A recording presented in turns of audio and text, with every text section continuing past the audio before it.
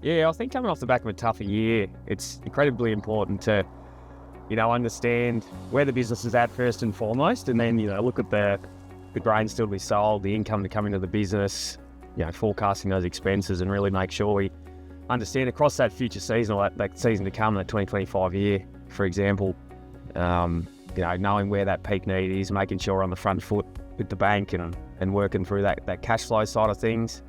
At the same time too, really understand the profitability as well, because, coming off the back of a tougher year, the business obviously entered into a period of heightened risk, and it's really, I guess, trying to find those ways to take as much risk as we can as farmers. You can't take all risk out of the business, but try to manage that as best we can.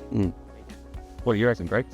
The other thing is that the natural thing sometimes after a poor year from a cash flow, everybody says, I'm just going to cut costs.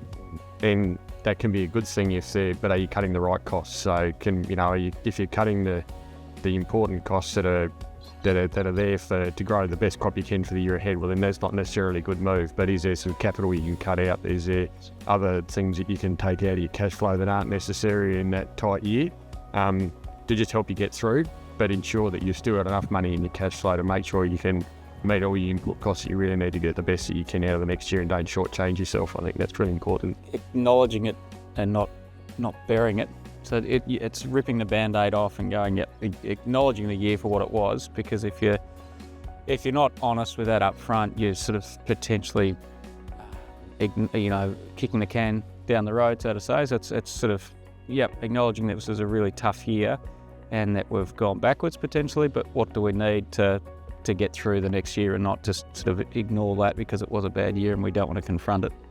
That's probably one of the harder things to talk about too, because no one likes acknowledging a poor year, but unless you do that properly, you're sort of flying blind a bit, I find. Incredibly important too, I think, through the work we do. Like, it's important to understand the poorer season and know where the business is at, but off the back of it too, really focusing on the strengths too, because even in the poor year, there's always highlights in there as well. And, making sure you bring that focus back to, we are good at what we do the right things well, let's spend the money where it needs to be and should be spent. And really make sure you nail those 1%ers where you can, and focusing on the areas that are really driving the income and profitability of the business. You can always learn a lot out of a poor year.